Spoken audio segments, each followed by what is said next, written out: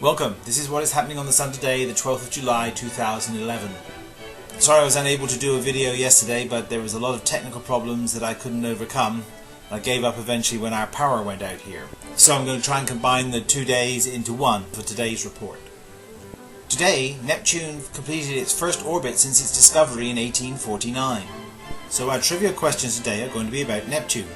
Neptune was first seen by two astronomers, Urbain Le Verrier in France and James Challis in England.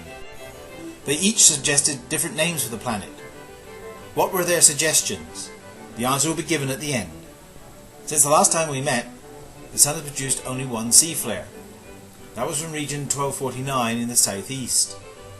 There was also a coronal mass ejection associated with this event, with a velocity of about 700 km per second, which means it should arrive here sometime tomorrow.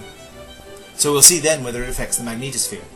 You'll notice that the X-ray background has been creeping up and is now above the B2 level, almost at B3. That's the influence of the new region coming over the northeast limb. Well, let's see what's been going on with the sunspot groups. Region 1247 is nearing the southwest limb, and I'm now convinced that there are two regions there, even though there's only one numbered region there.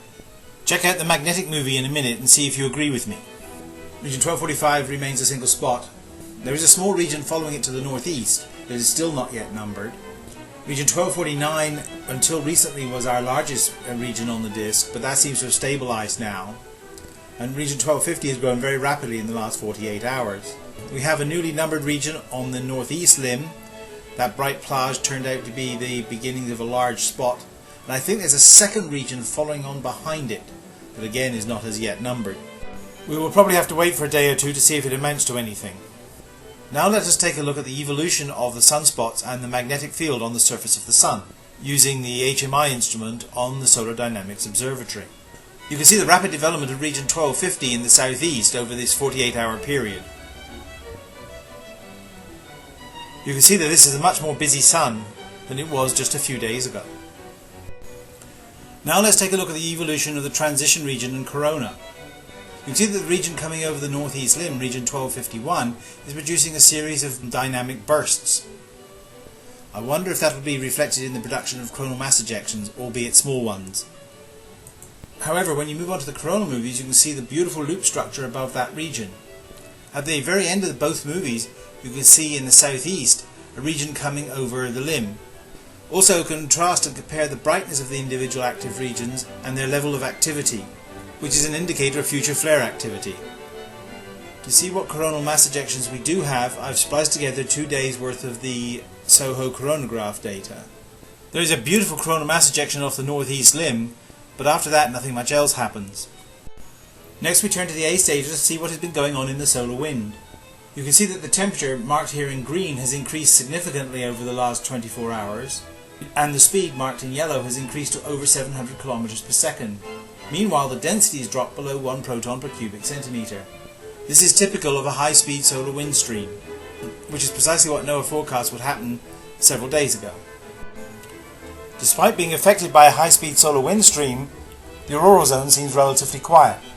The KP index, on the other hand, has been varying between 1 and 4 over the last 48 hours. So in summary then, the X-ray background level is at B2, the sunspot number has increased to 72, the radio sun intensity has increased to 90 solar flux units, the solar wind speed has gone up to over 710 km per second, but with a density of less than 1 proton per cubic centimetre, and geospace conditions are considered to be unsettled. So my forecast for the next 24 hours is that the chance of C flares remains good, but the chance of M and X flares are not very good. The sunspot number should go higher with all these new regions emerging. Chance of getting coronal mass ejections is good. The solar wind speed should remain high at least for a day, but the chance of getting a major geomagnetic storm in the next 24 hours is remote. In the longer term, you can see in the south that there is a couple of regions due back over the southeast limb in the next couple of days, and as I said earlier, I think you can see the first harbinger of those in the coronal movies.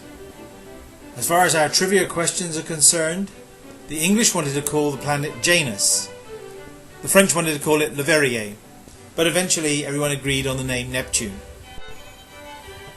So that's it for today. Keep safe. Bye for now.